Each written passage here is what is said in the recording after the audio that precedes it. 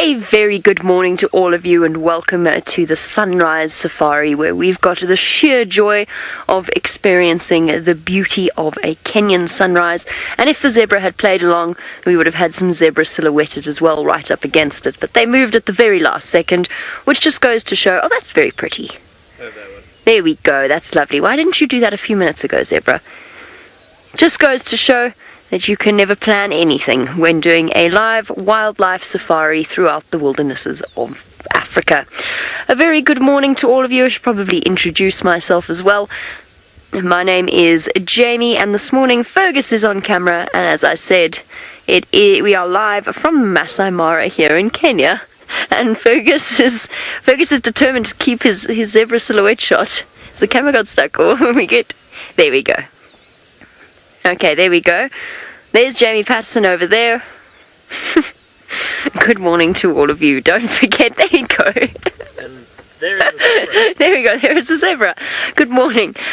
My name is Jamie. This morning Fergus is on camera with me, and we're live from the Masai Mara here in Kenya. If you would like to ask us any questions or send through your comments, perhaps you'd like to know how I changed into a zebra overnight, you can send that through on #SafariLive on Twitter. Right, so the plan for today, I heard a rumour mind you, but you'd find often rumours here tend to be true, that there is a leopard with a kill in the direction that I would like to go, in a place that I haven't been around for a very long time. So I'm going to go down to Lookout Hill and move around there. So just to give you an idea, for those of you that are familiar with the geography of the area, we are staying at Sala's camp, which is right down south, very close to the Sand River and of course the Tanzanian border. I'm travelling there and back. Sound effects are lovely today. We slept last night with the sound of lions roaring, buffalo snorting round our tents, and the odd starling, because it was full moon last night, so the starlings were, well, full of enthusiasm for the fact that it was nighttime. The nice thing as well is that it's not just the zebra around here, but also some wildebeest as well. We saw probably, I would say, close on 100,000 yesterday around Black Rock. And we'll go and check in with the Black Rock Pride a bit later and find out exactly how they're doing. There we go, the sun's just starting to lighten up the plains. And I can hear lots and lots of canoeing.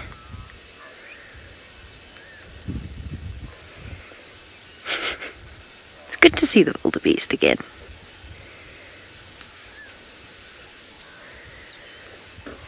Okay. We're going to start heading across in the direction of that leopard. Hopefully we get lucky. I haven't been lucky with leopards in a while, so fingers crossed. There is a man out here who's very fortunate with leopards and managed to see 2 yesterday. One very close to where I was. Let's go and find out from Brent what his plans are. Good morning, and look at this, we're right on the Tanzanian border, and we've got some of the migration in Tanzania, and of course the moon, which was so bright last night, but it is absolutely gorgeous. It's just too wonderful. We woke up in our little tents at Sala's camp, and this morning the lions were making a hullabaloo right near our tent. We heard them make a kill in the river last night. Now, I've found where the kill was, but they've moved off. And I thought maybe they've moved towards the wildebeest and zebra. They haven't. But from here to the Sand River Bridge, we've got a lovely spread of wildebeest, zebra. I'm hoping that we're going to find some more leopard today, as well as there's 2 male cheetah I've seen in this area. Let me just do this quickly so you can have a look. So we're on the southern side of the Sand River. So right on the Tanzanian border. So there's east towards the hills around Ulamwintik, and it is stunning this morning. It is a crisp, cold, clear morning. Absolutely beautiful. Remember, #SafariLive if you've got any questions. And I was so taken aback with the scenery, I forgot to introduce myself. My name is Brent Leo Smith. I have a Manu on camera, and I hope you guys are ready for a fun-filled morning of adventure and brilliant wildlife viewing, because I certainly am. I'm going to go for a little trundle a little bit further towards the east.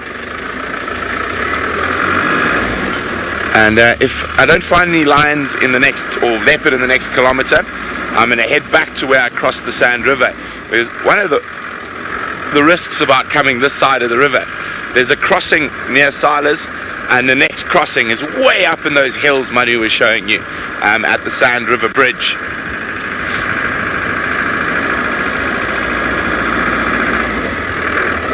And as you can see, barely a track in here. So this is actually a road, even though you can barely see it.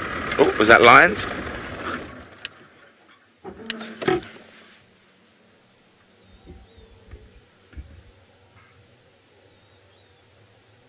Maybe not. The Silas Pride are incredibly vocal. There's over 30 individuals in the Pride. And there's often nomadic males coming in from Tanzania. So there's a lot of noise and a lot of argument. Mano, what is that? Is that a ground hornbill? You see, just to come out a bit, between the two trees, left a bit, there we go. A little bit more left. There we go. It is a ground hornbill. Okay, well, we'll see if we can get a bit closer to the ground hornbill and see if there's any lion or leopard over that ridge. While we do that, let's send you a couple of 1,000 kilometers to the south to see Uncle Steph and what he's getting up to on Djuma. Really? Good morning and welcome to the bushwalk here from Djuma Private Game Reserve inside the Kruger National Park. My name is Stefan Winterboer, and on camera today we have Wiem. And it's quite an exciting morning. We are looking for a giant elephant. We saw him yesterday, on the sunset safari last night. He is one of the great tuskers in the Kruger National Park. And what that means, he's one of the biggest elephant in the world at the moment. He is huge tusks. He's got a radio collar fitted to him, which means he's a research animal, which means that he's of significant importance to elephant or elephant conservation or the understanding of elephant. And this morning our mission is going to be to find him. Now his tracks came down to this pan. This is Djuma Pan in front of Vuyatela Lodge, and from here it's quite difficult to actually see where he went, because the substrate is super hard. You can see how even my shoe, even when I am making a concerted effort to try and make a track, there's absolutely no indentation made. So you can imagine an elephant with a big wide foot is able to spread that weight over those 4 big pads of theirs and not make any indentation whatsoever. So it's going to take us a bit of time to unravel this particular mystery, but we have Herbert with us. There he stands over there. And Herbert is a fantastic tracker, and we're going to put our minds together and our brains together, and we're going to see what this big elephant did. And hopefully before the end of the walk today we can bring you another great picture of this massive and majestic beast. And that basically is the plan. So his footprints came down from the top over there, basically across quarantine, and then to here. And I think he probably came for a drink. His footprints are here. That's the last footprint that I have of him. He came and stood right here and he had a drink, but not a lot. Elephants tend to make quite a mess when they drink. And he just came and had a little bit of water from this particular point. Let me show you the track, what we're working with here. This is his track here. Very difficult to see any detail, don't you agree? There you got some sand inside the cracks inside of his feet. Here you've got the back of his pad right here. And then he walked down. One leg here, one leg there, 2 legs here.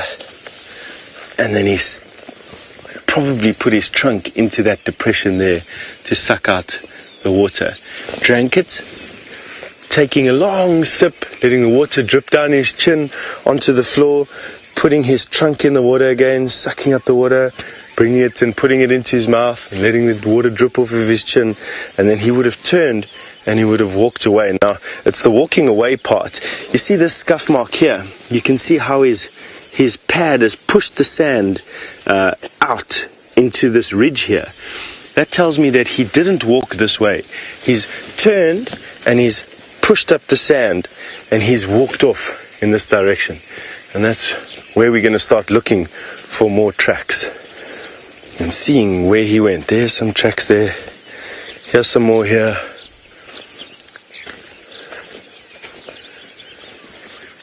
I don't think he walked down there. That's what I initially thought, but there's no tracks down there.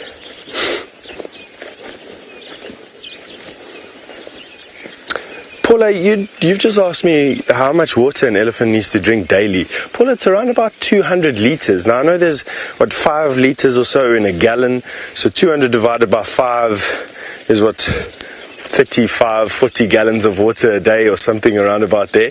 So he is needing to drink a vast quantity of water. But if you think about it, this particular elephant probably weighs in the region of about 10,000 pounds, about 5 tons or so. And 200 gallons of water for 10,000 pounds, 35 gallons of water for 200 pounds is very efficient in water usage. And then most of that water just comes straight back out again in the form of urine and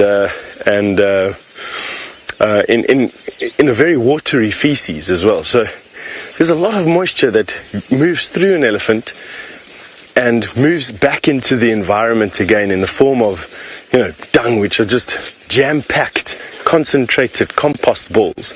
And so, elephants are just one of these amazing machines that really just process the bush around them the whole time. They're really just a proper thing. Anyway, we're going to send you back north to James for an update while we unravel the mystery of where this old man went.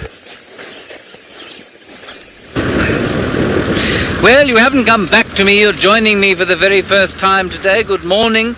My name is James Hendry.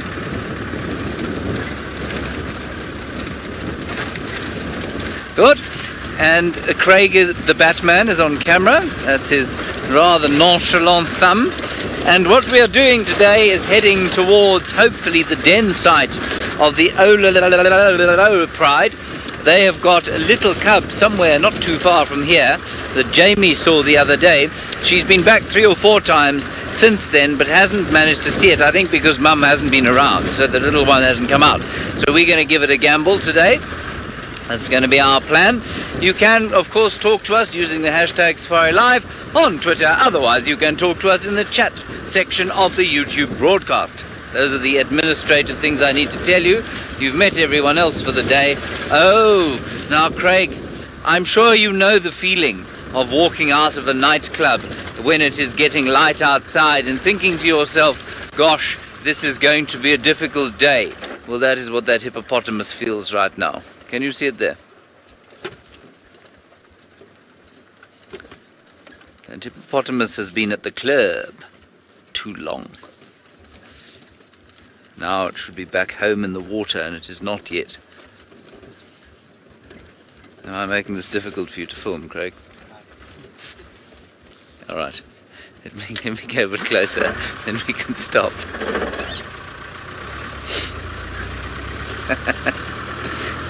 One moment, please.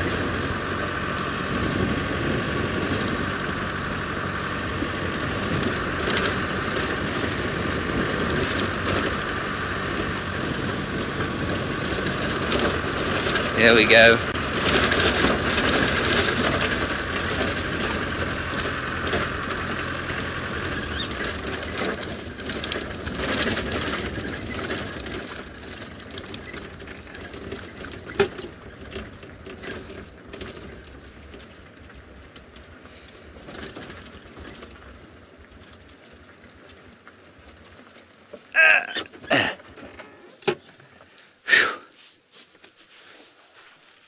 There we go. Marvellous. See how ashamed he looks, Craig? He's been on a binge. Friday night, wandering home Saturday. Looks like he had a bit of a bar fight on his left shoulder there. Yes, let this be a lesson to you.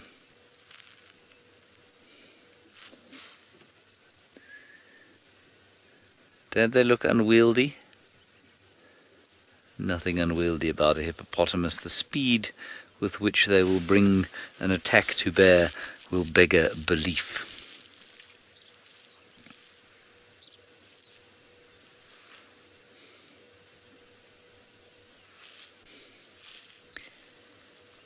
And just relatively loud dawn chorus this morning. A couple of cisticolas calling, one or two canaries. And the ubiquitous doves, of course.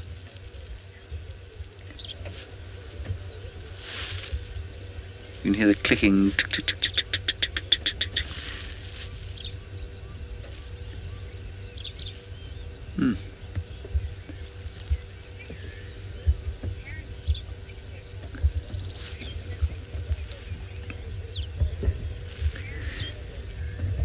Right, Lil's Candy 604, first question of the morning. Why, you say, is that hippo not in the water?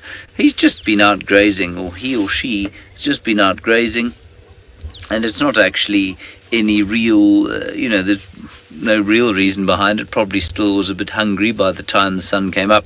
He's heading towards the water now. I suspect this is a young bull, and he's not going towards the river.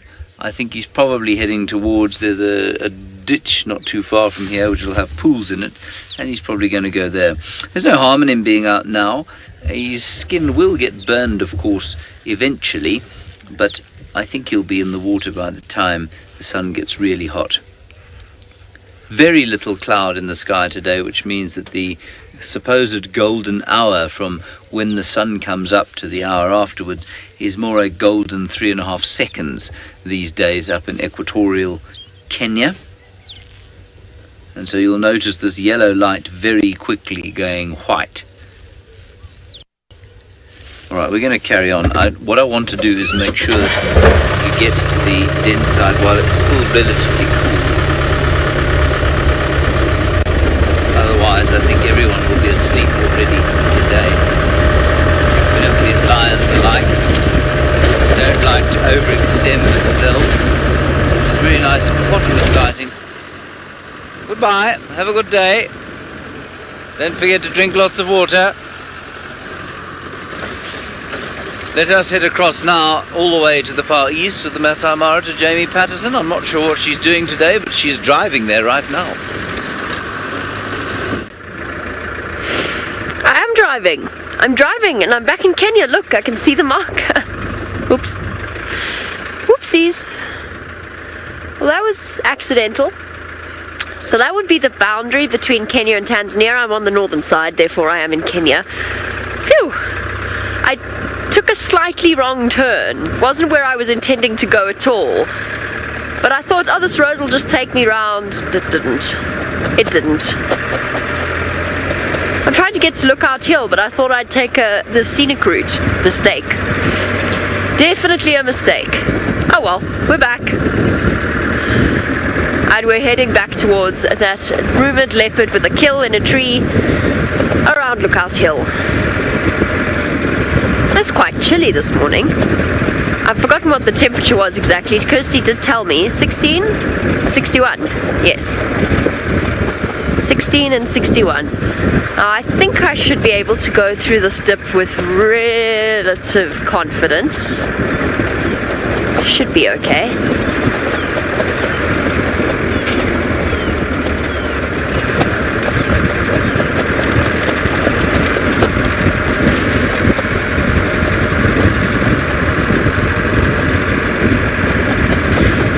Very good morning. John, you want to know how it feels to see the herds back again. I didn't realize I'd missed the sound of the wildebeest canoeing. It's actually a really lovely sound, and it's one that I've become quite used to. And of course it's always exciting because it means that we get to extend our time with the migration for just that little bit longer, which is wonderful. And it's great for example, the black rock cubs. So it's nice, and it kind of brings back nostalgic memories of when they first started arriving. I don't know if there's just something that is debated often around camp. I don't know if they're going to make it all the way back to either the triangle side or perhaps to the northern part of the reserve that we're in. I don't know. It'll be very interesting to see. I think that's what I'm enjoying the most about seeing them back, is just the mystery of their movements and trying to figure out exactly where they're going to go from there. That is a very large ridge that is going to make our lives very difficult. Oh dear. We'll get there. Okay, well, while I search for a road that takes me to where I want to go, which is over there, I can see it, let's go back across to Steph in South Africa, who's doing a search for something far more specific. I've come to have a look at my favorite termite mound and see if they've managed to open up their, no, although there's a little chimney that's away. Hey guys, they're all in here, busy building it closed, so they're obviously expecting something. And if you have a look here, you'll see that there's the termites inside there. There's the soldiers that have come now to the entrance because I've walked up here. But you can see that they're busy building the termite mound closed, and I wonder if they can sense a change in the weather. There's rain predicted for today, and you know, there's every expectation that these termites are preparing for something. Even the top here has gone cold, so they've thickened the roof of this termite mound as well. Lots of hot air pumping out of this cavity. I wonder, that's interesting, eh? So they've closed, all these were open the other day, all these little vents in the top here were open the other day. And hot air was, if you put your hand here, you could feel the hot air. Now it's cold. Well, I mean, it's still a little bit warm, but it's colder with only this one opening. We've decided that we'd come and have a look on quarantine. The tracks look like they cross back onto quarantine and across over this area. And we got a feeling he's here somewhere. Very difficult to track this morning, this particular elephant's tracks. My gut feel tells me that to make sure that it's this particular elephant, that we're going to go back to where we saw him yesterday and we're going to walk very quickly on his tracks. He would have crisscrossed through here last night, he would have had something to drink, and then he would have come back this way. But if we can confirm that his tracks came down towards the dam, and then from the dam came back onto quarantine, then it makes it easier tracking this elephant. Big elephant, big tracks, but we want to show you this specific elephant, not just an elephant. And there's a couple of big bulls walking around here at the moment. So we're going to go down and start walking towards where we last saw him. And we're going to confirm whether this elephant that went to go drink at the dam yesterday is indeed the elephant in question. I hope you won't be too far away. They have a tendency to move into an area and then march. And they can come into an area and then all of a sudden decide that they want to go somewhere else and march 50 kilometers in a day. You know? So let's hope he hasn't decided to do that today. He's striding away to go and find some female elephant in estrus. Anyway, talking about finding things, Brent Leo Smith is in pursuit of some lions, and I'm sure he wants to give you an update on what the plan is. Well, there we go. You can see the migration on the hills around us. And I've been perusing the edges of the Sand River. So those wildebeest are in Tanzania already. But while the wildebeest and zebra were on their way to the Tanzanian border, unfortunately,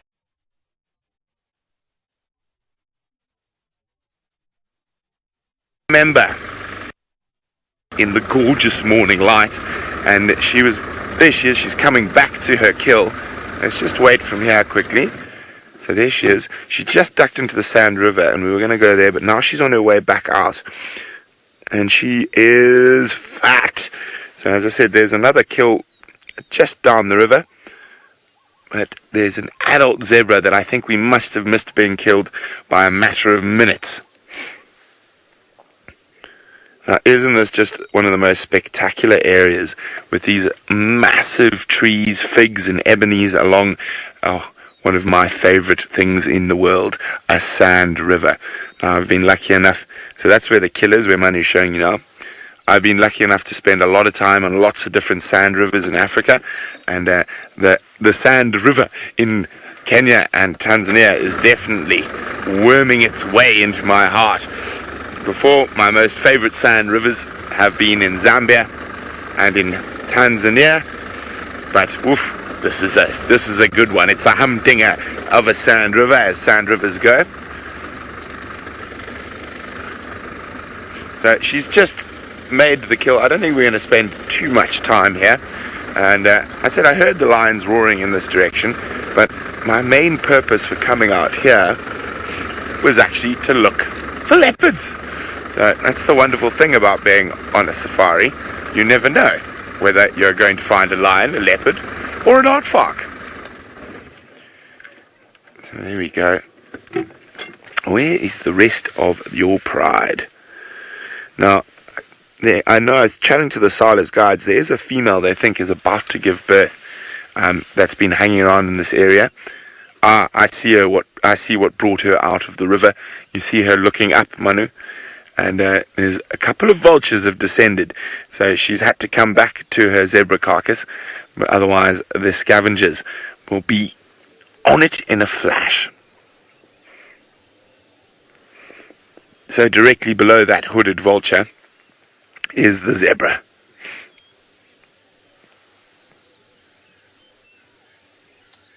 I think maybe we check on her a little bit later. As I say, I don't think she's going to get up to too much. She's got a massively fat belly, and I think she's her second kill of the night. So she's going to be right here later on today. So I think we're going to keep perusing the edge of the river and head towards the Sand River Bridge.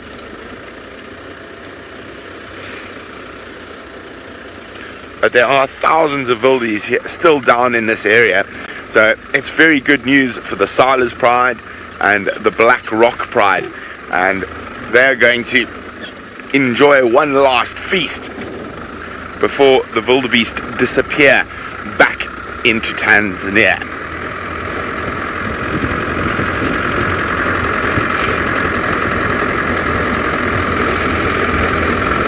They have literally mowed this area down to the height of a fairway. Now it's still very crisp so far this morning.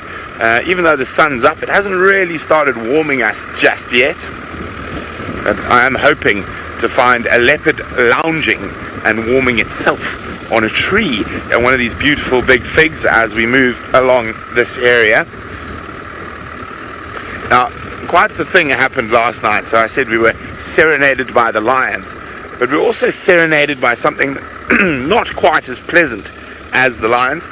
Because the moon is still really bright, it was only the second night after full moon, the Rupel starlings were confused, and they thought it was time to wake up from about 9 o'clock last night all the way through to when we did wake up at 5 o'clock this morning. Oh, we got some eland.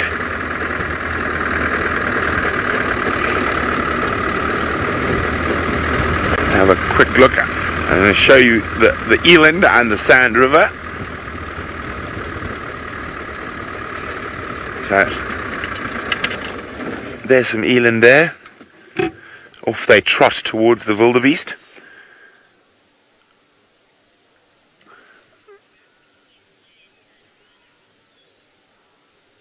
And it sounds like I'm going to show you the Sand River a little later, because James has got one of my favorite creatures in the whole world.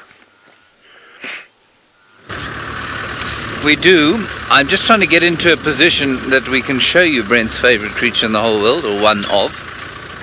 It's not a wild dog, unfortunately, because then he would have said this is my favorite creature in the whole world.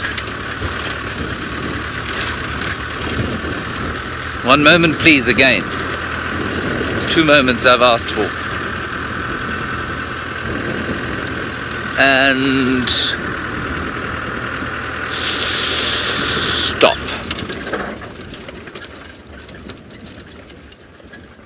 There you are, Craig. It is a rhinoceros, a black one. Wonderful. Isn't he wonderful? Can't believe we've had 2 in the last 2 days.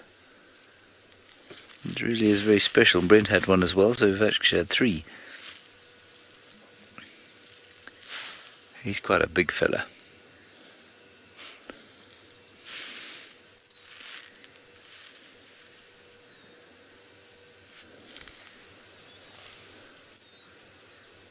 It's a lovely day now. I can hear the larks calling.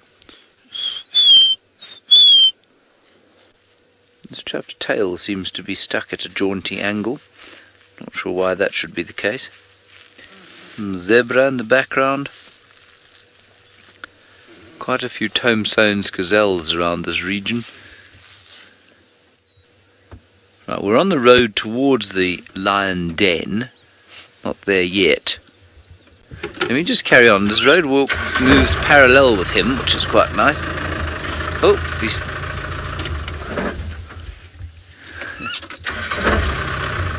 And I believe you're all enjoying this very much, with various oohs, ahs, wows and lovelies. He is quite a spectacular fellow. I'll just try and get into a position where we can get a side-on view of him rather than his buttocks.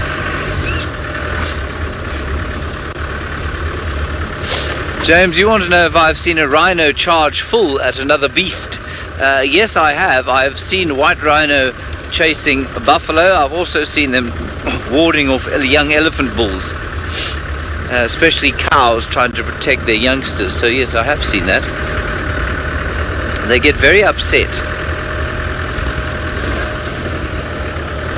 Unfortunately, he's moving slightly away from this road. In fact, he's not. Let me just go round. There's too much to look at here. There's a batelier on this tree. We're going to leave it alone because I want to look at the rhino. At the same time, we're going to keep looking in and around here for lions. Sorry, Kirsten, can you go with Joe's message again?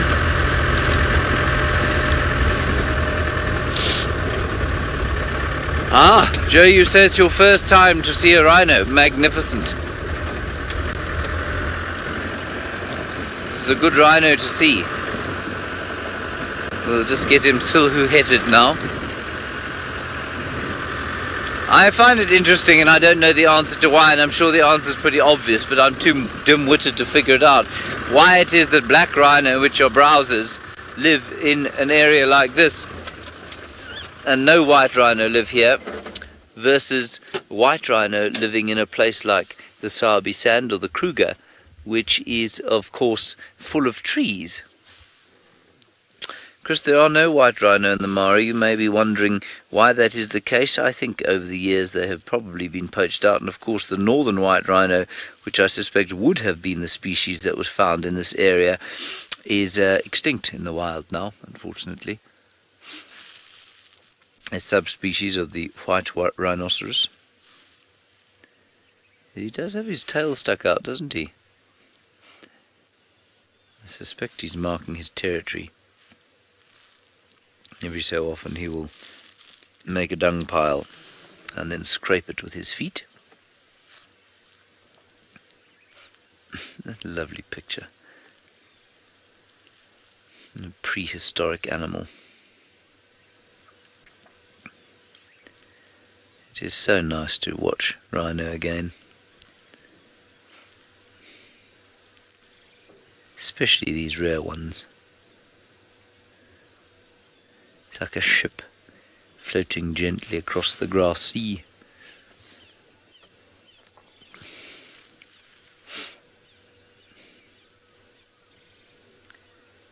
Beautiful stuff. I can hear on the river there's a bit more sound. A couple of kingfishers. Some hippos doing their early morning grunting as they return home. And the heat is already starting to build, and that's changing the bird song next to me as well. White-browed robin chats being replaced with cisticolas, tinkerbirds, one or two franklins as well.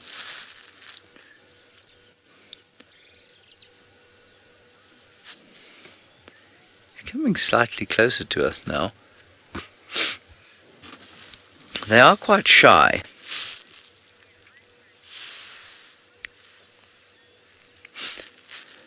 Dory, you say they're born with bad eyesight. Why is it so bad? Dory, it's a very good question. To which I'm not sure I can give a satisfactory answer. Well, not an answer that I'm going to be satisfied with. remember that there is a physiological cost to anything that an animal is able to do. So there's a physiological cost to having good eyes like ours or like a lion's. They're expensive to maintain, expensive to repair, and expensive to, from an evolutionary point of view, to create. You know, they take time, they take a huge number of connections in the brain, etc. Now, why a rhino should have decided that it did not need, obviously no rhino ever made this decision, but you know what I mean, why it should have decided that it doesn't need good eyesight is very difficult to say. But in the case of the black rhino, as you can see here, in fact as you can't see here, they're supposed to live in thick bush, well, a lot of the time, where of course sight is not the most important sense if you're trying to avoid a predator. Your hearing and your smell are the most important sense. And, you know, the white rhino is exactly the same. They also don't have very good eyesight. And I just suspect that their ears and noses have come to replace what their eyes have done. And you find that elephants don't have great eyes. Buffalo apparently don't have great eyes according to some sources. According to others, they do have very good eyesight, so I'm not so sure which is correct. But let's just say that the larger the animal, the less dependent they seem to be on their sight. There, he's now marking his territory, you can see, with his recurved penis, which is quite an astonishing adaptation. And so I can only think that the physiological cost of having good eyes was too great, or was outweighed, let's say, by the advantages of just creating ears and smell that worked in whatever environment they evolved. Remember, we don't really understand the landscape in which they're involved because they're very ancient. So that's a kind of nebulous answer. Best I can do, I'm afraid. Same reason as why on earth they should have a horn on the front of their heads as opposed to the side. Who knows? Alrighty, we're going to continue on towards the lion den. I suspect we're about 2 kilometers from there, which is just over a mile. Let's head across to Brent, many, many miles away. He has now got the king of the jungle in sight. Well, we have the king and the queen. And you can see behind them the hills dotted with wildebeest. Now, these are the Silas males. Two very big, very beautiful male lions. As I say, I think they're mating because there's one male down next to the river and these two up on the crest, and there we go. Ooh, some very aggressive flirting.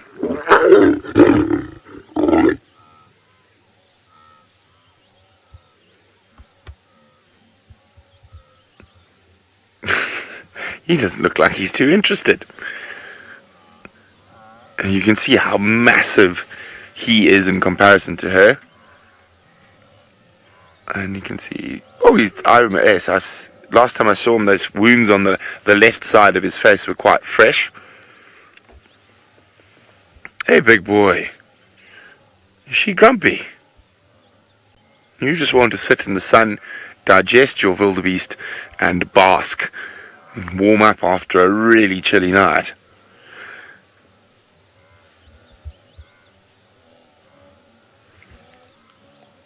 While she's flirting with this one, to the left of us, down next to the river, there is the second male from the Silas.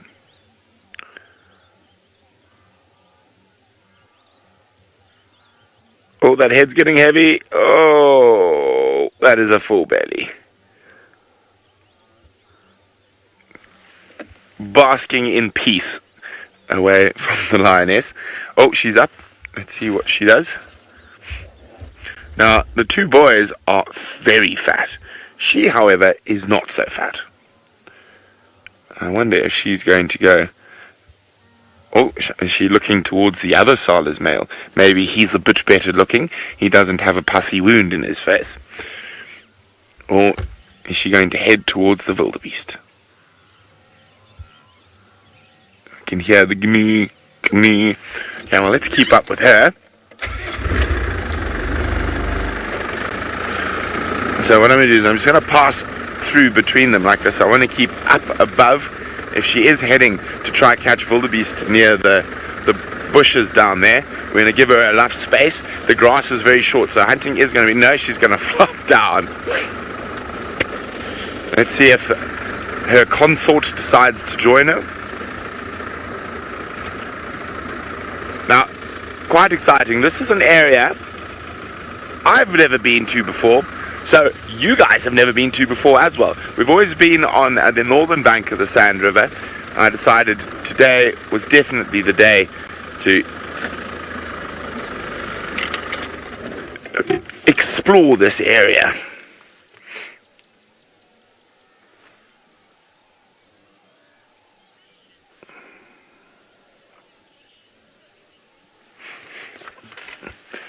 Hi, John. John is wondering, why is the flirtation so aggressive?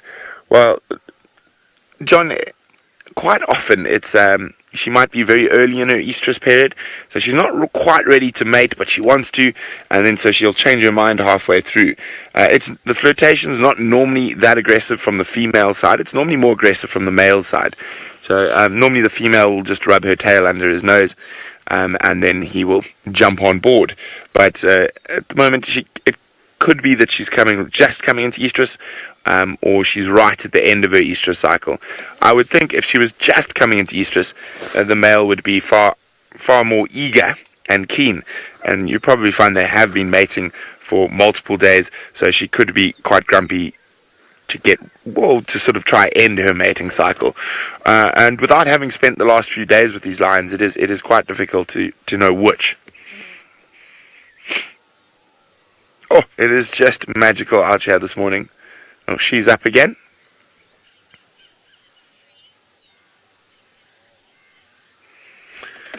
Okay, well, we're going to stick with this lioness while we do that. Steph, I know, is on a hunt for a massive elephant, and he's back where he had him yesterday.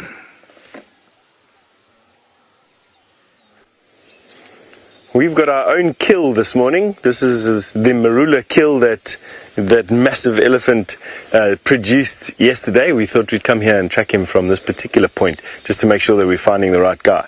But to put it into perspective, I was giving you comparisons yesterday about how big and thick the tree is that this elephant is eating. But have a look at this. This branch he broke off with his tusk. He then bit it off here. And you can see how massive this stump actually is. I mean, I don't have the thickest legs on the face of the planet, but he's biting through pieces of wood thicker than my leg. Isn't that insane? Look here. He bit through this. That's not broken, that's teeth. That's amazing, hey? As thick as my arm. Thicker than my arm. Thicker than the top of my arm. That is mad. And to give you an idea of how wide his tusks were, here's the indent from the sharp tusk. He was resting his tusk there. So there was the one place that he put his tusk. He was resting the tusk on top there. The other tusk was resting here. There. That's where the other tusk was resting. So this far is the span of the tusks, and I'm 6 foot 1 inch, so that's 6 feet across just between his tusks. It's insane. And he ate it because of the marulas getting the fresh growth. You see how the leaves are coming out of the marula tree here?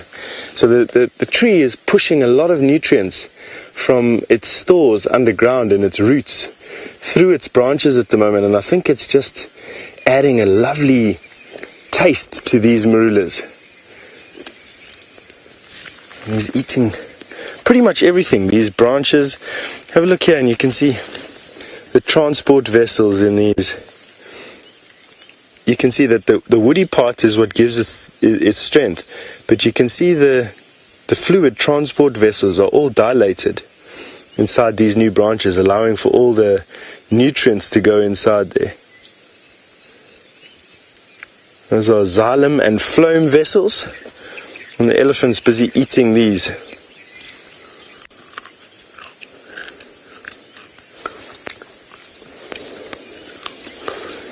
Tastes a bit like a Brussels sprout. Yeah.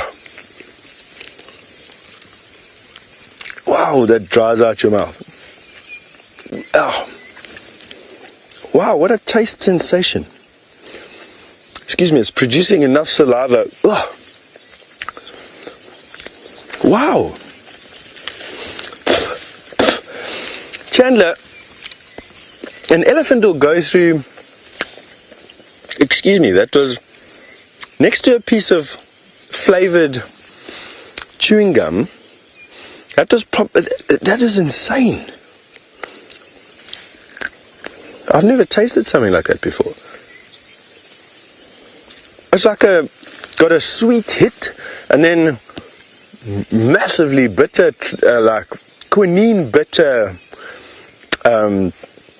drying out effect in your mouth, and then at the back of your tongue. Oh, anyway, Brent's got some lines doing something. I'm going to need to wash my mouth out. Guys, welcome. We're still sitting with the lions, and we just spotted a porcupine running about during the day. He should be coming out, hopefully, into the open shortly. Okay, let's try and get a bit closer. You got him? I don't know if you just saw there was just this porcupine running through the bushes. Let's try and get a bit closer to the porcupine. Hopefully, there he is. Oh, you see him there, Manu? Okay, he's going to come out into the open, hopefully. I don't want to get too close and scare him. You got him going into that thicket there? So it should pop out. There he is. No, to the left, right of the big tree. Come out. Come wider. Okay. He's going to pop past. There. You see him there. There he is. So I don't want to get too close to frighten him. Hopefully he's going to run out into the... There he is. That is not something you see every day. He's obviously had a busy night. Okay, let's move again to get a better view. I think he's on his way towards his den. And I think it's a he just because of the size. Oh, sorry, male lion. We're not interested in you. There we go. We've got the porcupine right in the open now. Heading towards the river. There he is. Oh my goodness. Okay, so I think he might drop down into the sand. So let's just get a bit closer while he's in those sage thickets.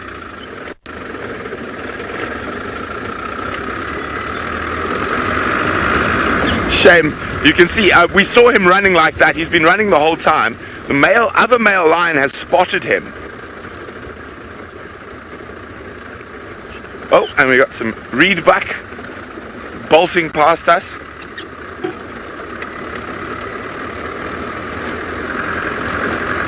Okay, he's just dropped down in towards the river. I don't know if he's got a den here.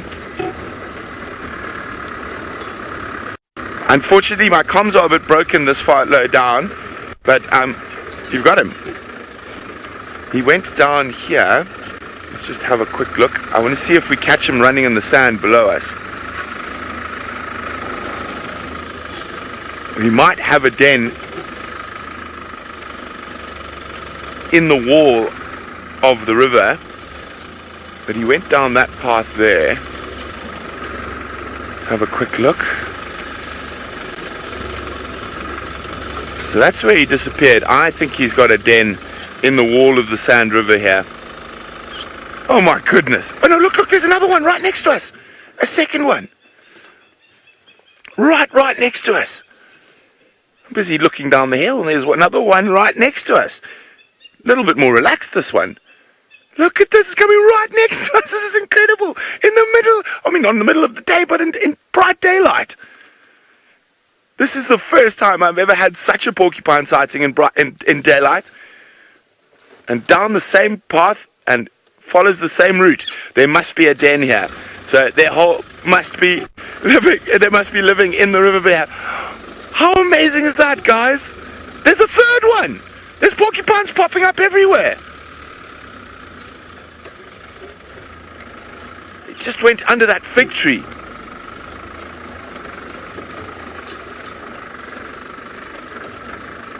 So I think there's a whole network of little holes and dens under these big trees here, and that's where they're living.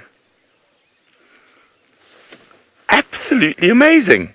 3 porcupines, and all being watched by a big male lion who couldn't give 2 hoots. Very unimpressed with porcupines. Okay, let's go up the hill to see what Kirsten has to say and see where our lioness got to. Got very distracted by the porcupines running through the grass. So obviously they had a very big night out. What more than likely happened is they found a really, really nice food source, and that's what kept them out so late, and it was obviously worth staying with for long enough.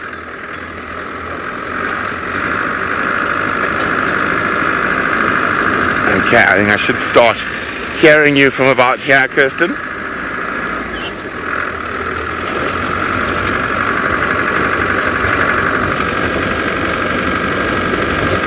Maybe a bit higher. Now, this is one of the most fantastic things about the Mara, is because of the open grasslands and that, we do get to experience and see. Is that a leopard? It's a caracal, it's a caracal. Hang on, guys.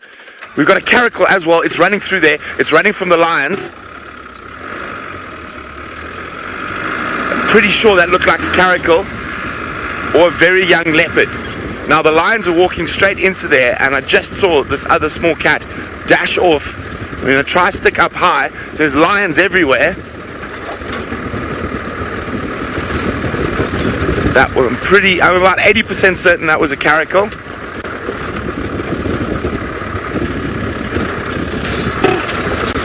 So it came in here. Now the lioness has gone into these thickets here, and that's what scared the caracal.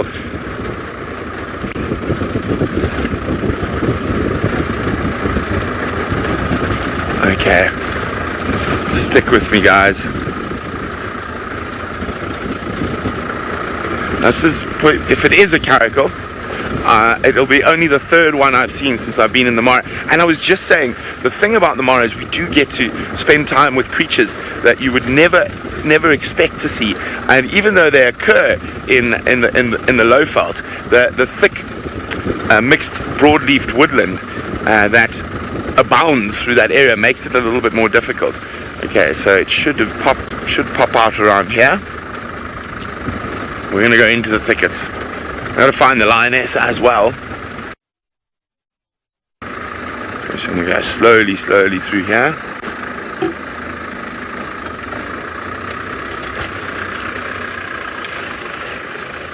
This is so exciting. Wait, let me just listen for a second. Can hear the birds alarm calling already. They're looking straight down below that ebony tree. So that they're unlikely to alarm like that at a big cat. So it's obviously the small cat that they've spotted. And they're starting to head towards an area to mob. So that's where the small cat's going to be.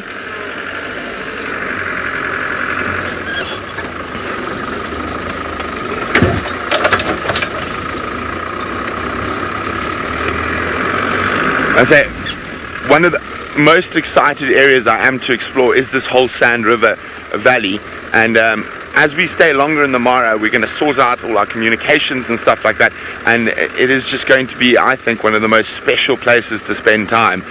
For me, it's really wild down here. There's almost no other cars.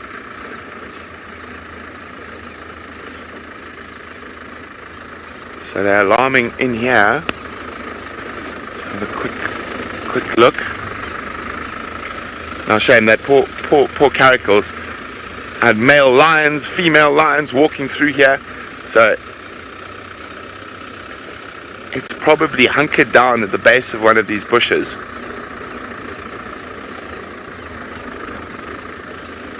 So you can hear where Oh, it's a serval. Sorry, guys, I got overexcited. It was a long way away, but it's a serval. We'll catch her now. She's quite relaxed, but she's just trying to run from the lions. Sorry, I know I got everyone excited for a caracal. I think I called that one a bit early. So we'll get you a nice view of a serval in golden light. You see her there, Manu? Now I've lost the lions as well in this whole pandemonium. I'm sure I'll find them again. They're a bit bigger.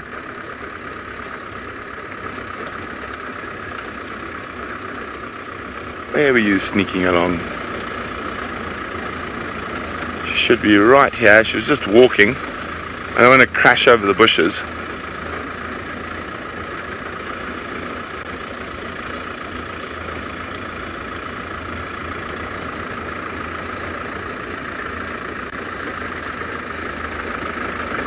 There she is. Let's go back, I think. It's obviously a bit stressed with all the lions around.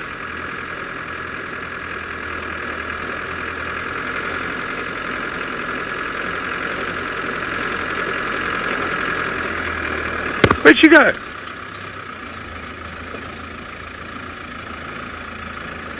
Yeah, we'll try one last attempt at her, and then we'll probably leave her be. As I said, there's lots of lions around here, which is probably why she's still so active. Although they can be very active in the Mara during the day.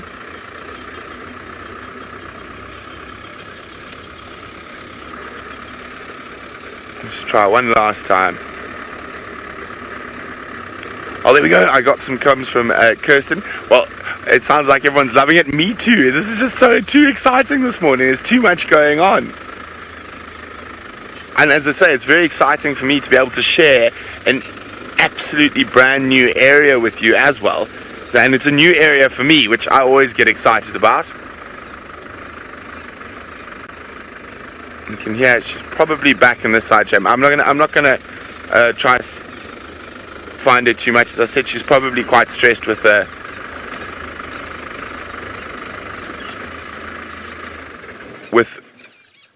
all the big cats around.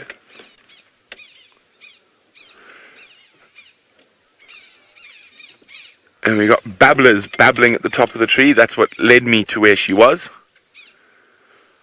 And I think, well, one of her favorite foods is just on the ground here. Red-billed francolins. See them there, Manu? Below the tree. You got them there. So there we go. So that'll be a definite favorite food for the serval. Okay, I'm going to climb a bit higher. I've still got the sight of one male lion over there. But what I think is going to happen here, and I think what the lioness is, because she's quite hungry in comparison to those big boys, is she's going to plonk herself in the edge of these thickets and wait for these wildebeest to move down as it gets warmer during the day for a drink. So at night, the wildebeest incredibly just move way up onto these ridges to try stay away from the lions who prefer the luggers. But during the day, there she is. Oh, she's just, oh my goodness. Okay, she is quite relaxed. As I said, it's actually the birds that she's running away from now. So she's not running from us. See that tail flick? Very similar to a leopard's tail flick. And you can hear the babblers really giving her a hard time.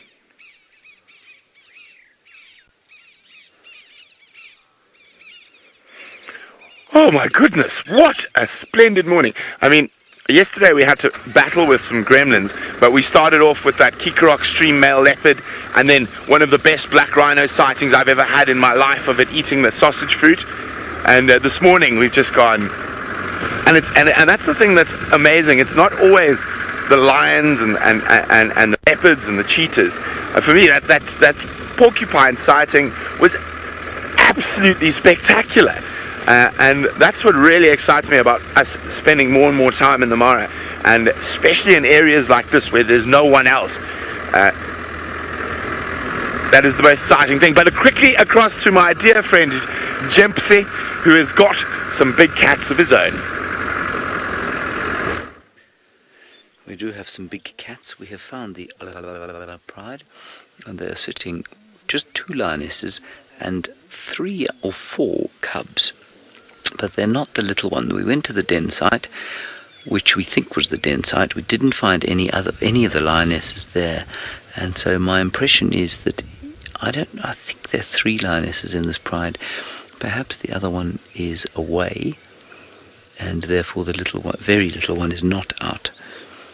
And perhaps one of these 2 lionesses is the mother, and the very little one, which I believe is probably just about 2 to 3 weeks old, is not in fact going to come out unless there is a mum there. So we went and had a look there, and we didn't find anything. Now you might be asking yourself, why is he speaking so quietly? Well, the answer is not because I'm going to frighten the lions with my powerful bass baritone, but because we are of course surrounded by guests in other vehicles, and frankly they all think I'm talking to myself right now, which is a little embarrassing.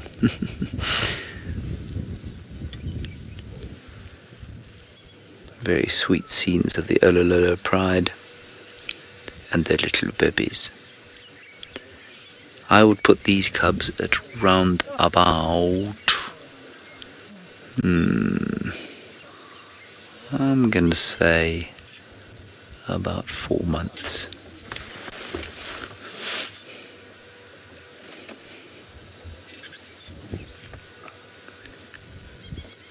That clicking noise you heard was Craig's neck, I think.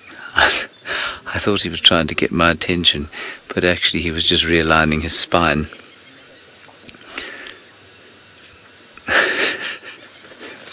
Very disconcerting.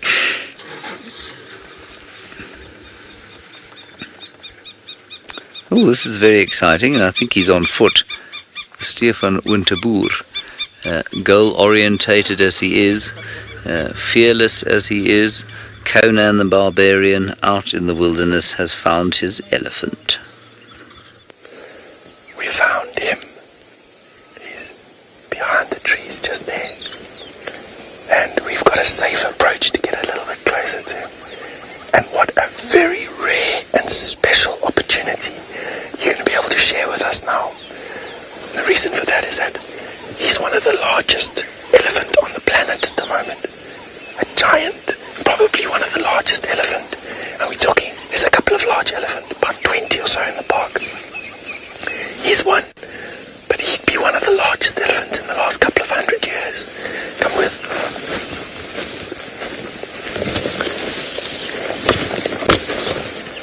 Now, we've tested the wind. Wind is moving slowly this direction.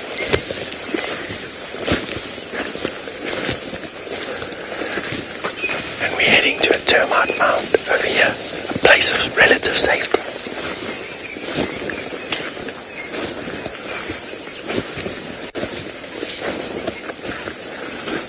Now, spending time with really large elephants.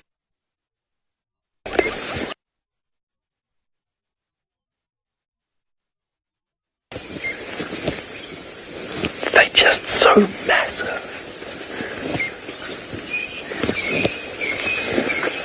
Now, in a car we feel relatively safe, but on foot we're part of the food chain again.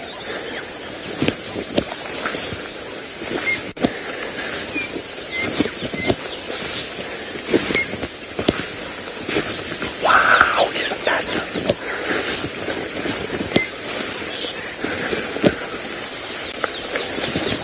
Okay, we're gonna stay on this termite mound. This is our safe place.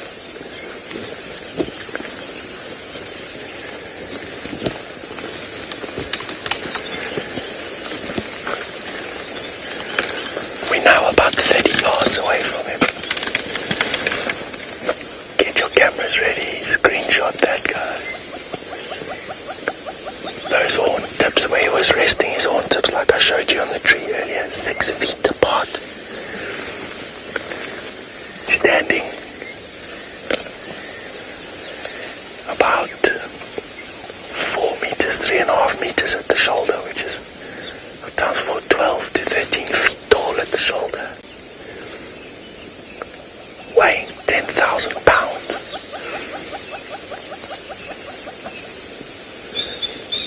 You can see those tusks of his. Now those will be his diagnostic, his characteristic feature. And you can see the left tusk has been broken off or worn down over the years. But he has both tusks shaped. The tip of the right hand tusk has been shaped into a chisel, a sharpened tool. The left hand tusk is more like a spade or a cleaving axe. Louise tells me that a whole bunch of you are amazed at this elephant. Well, let me tell you, Viam and I and Herbie are standing here just as amazed as you. It's a once in a lifetime experience to share being with one of these old men of the forest on foot and without any of the Western entrapments around us, in harmony. Now, James, you'd like to know, what does it feel like being in the presence of a bull this size? It's humbling, James, to be honest. And the reason for that is because he represents Africa for me in all its majesty and all its tragedy. And being close to him like this, where, you're under his power, you're under his sway.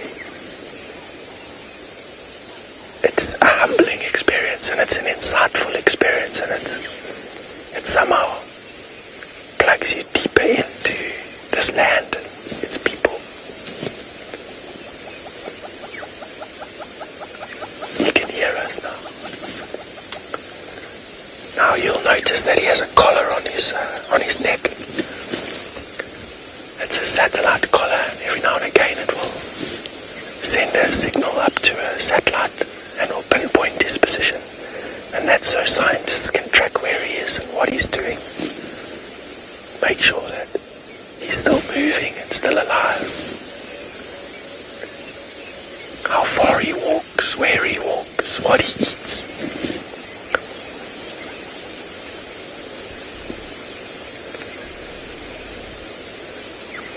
What a magical, magical moment. Now we're halfway up a termite mound. We're probably standing about 9 feet above if I take my own height into consideration, we're about 9 feet tall here, and he is still even taller than us, 12, 13 feet at the shoulder. Amazing. Now our aim here is not to disturb him whatsoever. In actual fact, if he never knows we're here, the better.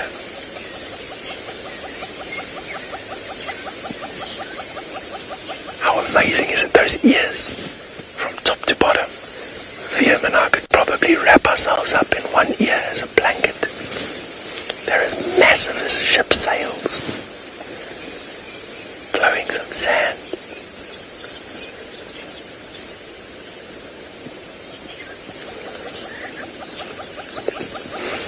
Now Ryan, you want to know if this elephant bull knows we're here? I don't think so at all. I think he's blissfully unaware of us at the moment. They wouldn't be this calm if he knew that we were here. And I'd like to keep it that way.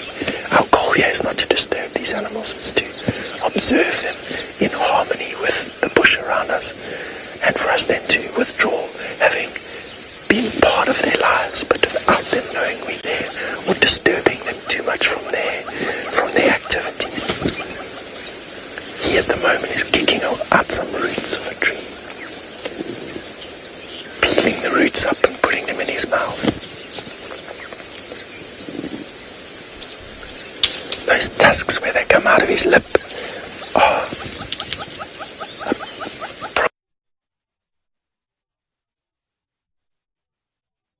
like this thick.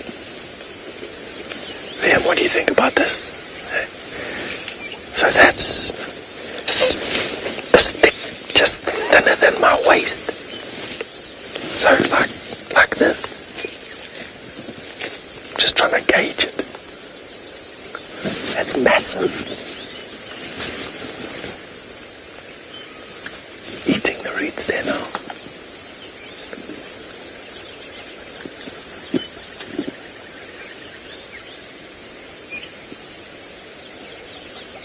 What a privilege, honestly. And I'm so happy that we get to share it with you.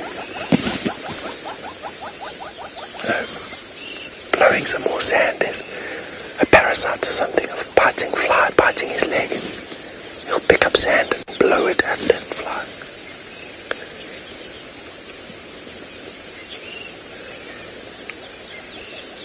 Very, very cool.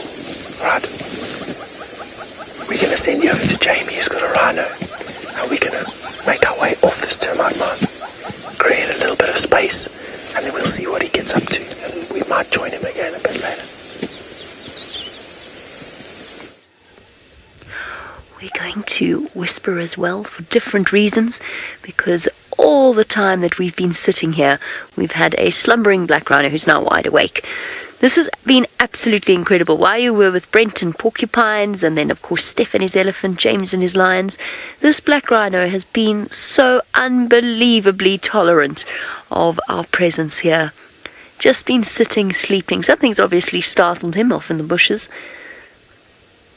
But it's been amazing watching him from the moment he sort of pulled up next to him, slowly but surely drifting off. Because of course, black rhinos spend most of their day asleep. They spend a lot of time feeding early in the morning before it gets light, and towards evening time, and then throughout the night. And then they actually spend the heat of the day, usually, either standing just sort of staring into space or sleeping in these croton thickets. If you look closely, you can see the notches on his right ear. He's also got some on his left. That, of course, is done in a very unique pattern to help the rangers who protect these animals to keep track of their movements and to keep track of them. So it's a way of identifying each individual. Now this, just apart from his sheer size, it's very clear to me that he is a bull. Black rhino do fight, and if you look at his face, which is of course now behind some leaves, but when he next turns his head this way, you can see he's got a few scratches and scrapes around his face and actually on his chest as well. I would almost be certain that came from another bull. He's also got a few signs. Black rhino do get a very specific type of skin disease that creates discolored patches on their skin. Don't go, boy. We've had such a nice morning with you. I was so busy staring, I have to tell you something. I was so busy staring at the rhino, I completely missed a lion hunt earlier. Completely. Some young male lions just came dashing out of the bushes off to my left and chased zebra. They missed. But, I was completely distracted. So was Ferg. We were just mesmerized by our very peaceful rhino. Don't go, boy. We've had such a nice morning together. Cheryl, you want to know what kind of predators rhinos have? It's only really lion and hyena that are a threat to rhino calves and potentially injured individuals.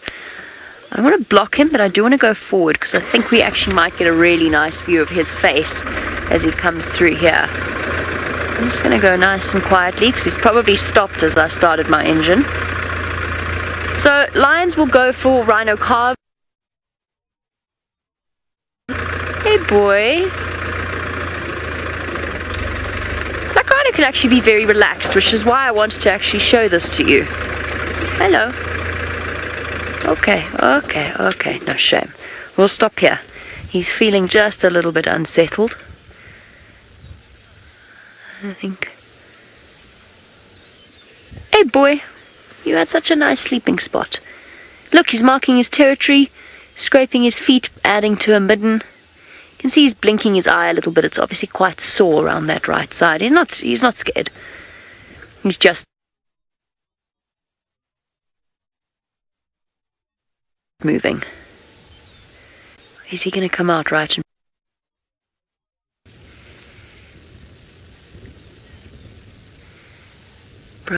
up to his front horn? Hello, please don't charge me. Yes. Our black rhino actually get very, very long, very thin horns as they grow older. So I think I'm just checking out those patches on his skin. Oh, this is incredible. Look at this. Stopping to look at us. You can see the scratch marks of the bushes where he's walked past. Hey boy. Now's the perfect time to just keep voices down, movement slow, and he's going to be perfectly at peace with us. It's awesome. Hey big guy. So we're straight upwind of him. Of course, black rhino's sense of smell is very, very powerful. Awesome. Migration in the background, black rhino in the foreground. You're going to go have a snack? There's something I really want to do when he moves off, and that's to show you some black rhino dung, because I saw him depositing some in those bushes. We'll go and get some and we'll have a look, because I've never had a chance to do that properly. Hey, beautiful. I think those are injured scratches. I think he's really been in quite a serious fight. It might even have been where he broke off his horn. Now, where he's broken it off, that will be completely painless for him. It's past the growth point where all the nerves are. And it is just keratin. Like hair, it would be like cutting hair and fingernails. And off he waltzes. How cool is that? Totally relaxed. See the very apparent sort of dip to the black rhino's back? And very upward held head as opposed to the white rhino. Jeff, rhino can cover distance, especially bulls, of up to around about 10 to even maybe 15 miles in one day. Most of that is done at night or in the morning. Occasionally you see them wandering about like this chap's doing, but most of that is done at night or in the early mornings. I spent lots of time tracking black rhino bulls and seeing exactly where they go, and from where I've left them one night, I've ended up tracking them and following them over a distance of, I would say, at least 15. Oh, no, at least 10 miles. At least 10 miles. They've taken me on long walks before. Of course, they're patrolling their territorial boundaries.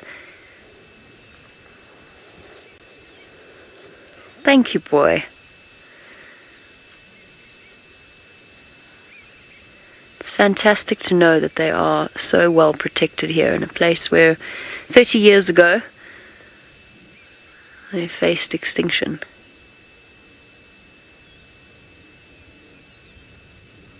Are you going to go find the lion for us? Because I know that's where the lion went.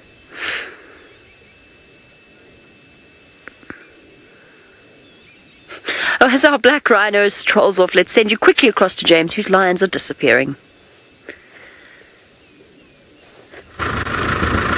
Yes, James's lions have disappeared, and you'll notice that James is in a state of some, should we say, unfriendliness. We had a lovely sighting of our lions, cubs. Another lioness came up, played. Unfortunately, it wasn't enough to draw your attention, so you didn't come and see them. So, you know, I hope you enjoyed your rhino. I'm sure it was fun. We'll try and find some more lions, I suppose, but you'll probably go and look at something else when we do. I'm hoping very much that they're coming down towards... They were on the termite mound. Other lioness came up, and then they lay down for a while, and then they disappeared back down into this drainage system, and I'm rather hoping they're going to come back along here towards the den site where the very tiny little cub is. And you always know that a cub is small when the director says, we are just trying to get a view of the tiny baby cub as opposed to the tiny adult cub.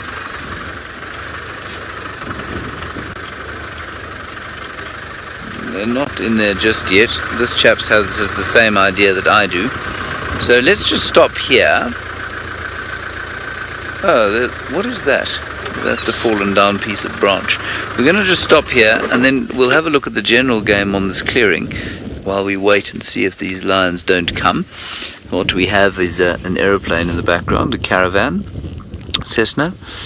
Not sure what other kind of specs it has, but otherwise we have a mixed herd of tombstones, gazelles, Grant's zebras, and of course the topi.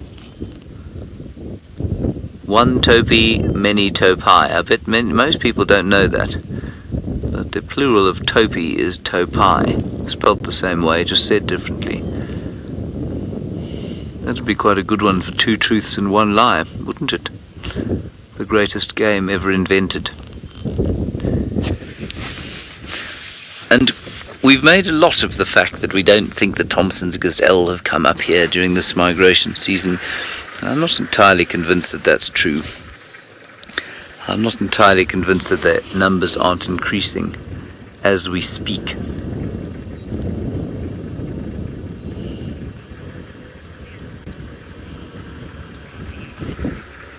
Thank you very much for sending nice hugs and comfort to me on the time of my sadness, on account of the fact that Kirsten, who is directing today, didn't want to come and show what I had to show. The trouble with being a presenter, you see, is that your ego is very, very fragile. It takes knocks very easily. I'm just not sure how long we should wait here, or if we should go back and see if we can't find the sausage pride and see if they whacked something in the night. I think we're going to give this place 10 minutes or so, and then we'll go back along the way. Chancellor, also another good question. You say, why do topi have purple active wear on their backsides? It's difficult to say. I'm not sure, because, you know, animal very similar in design is something like the Coke's hartebeest, which has white active wear as opposed to black active wear at the back there. So I don't know. I think a lot of it must have to do with some sort of sexually selective pressure from eons ago, but a lot of it also might have to do with slightly different areas that they occupy. So the Coke's hartebeest seem to be almost universally in the very open areas. These chaps more, a little bit more, I suppose, towards the ecotones, slightly thicker bush, and maybe that liver-coloured backside helps them to stay camouflaged there. It is difficult to say. It could have to do with heat balance. It could be that they live in slightly hotter areas. And what's interesting, if you look at the gazelles, for example, they've got that very dark chocolate-coloured patch down the side. And while not so important in this area, certainly in hotter areas, and in areas like the Kalahari where springbok occur, and they look almost identical to those things, that patch of chocolate color down the side helps to radiate heat, and they've measured it, it's a lot hotter than the rest of the body. And so maybe it is that topi just are in a situation where that they can occupy hotter areas, and Coke's hartebeest, and maybe the backsides radiate a little more heat.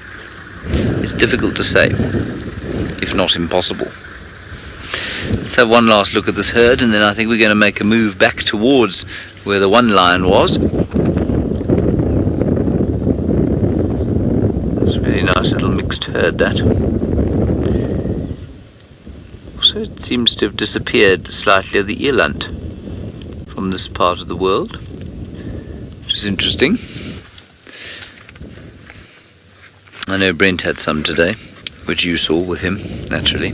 I didn't see anything with me, but you know, you saw the eland with Brent. Good, okay.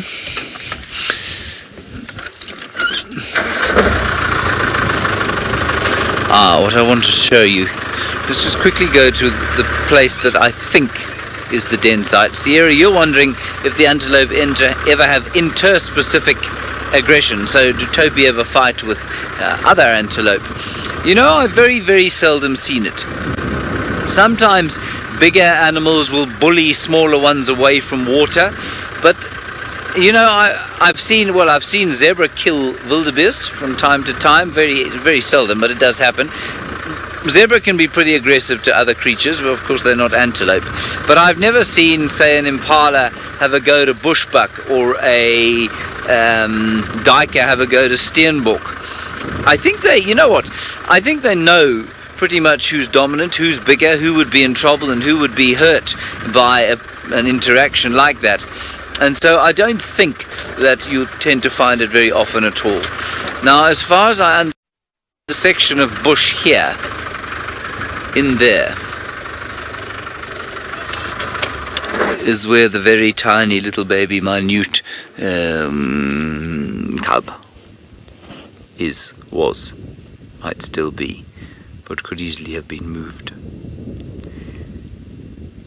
And I'm afraid I cannot see it in there at all. You don't know where it is. It's not within view.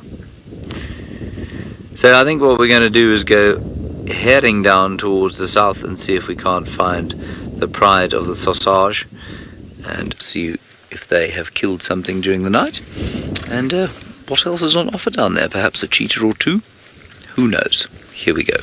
Are you ready, Craig? Good. Craig's also very upset by the rejection of our efforts this morning. You know, he's normally so chatty, and now he's not saying anything at all. Right, apparently we are not even going to stay with us as we turn this corner. We're going to go back to Steph, who is looking apparently for something that will make most of you very upset. It'll be something terrifying, but possibly isn't as terrifying as it might seem. Goodbye.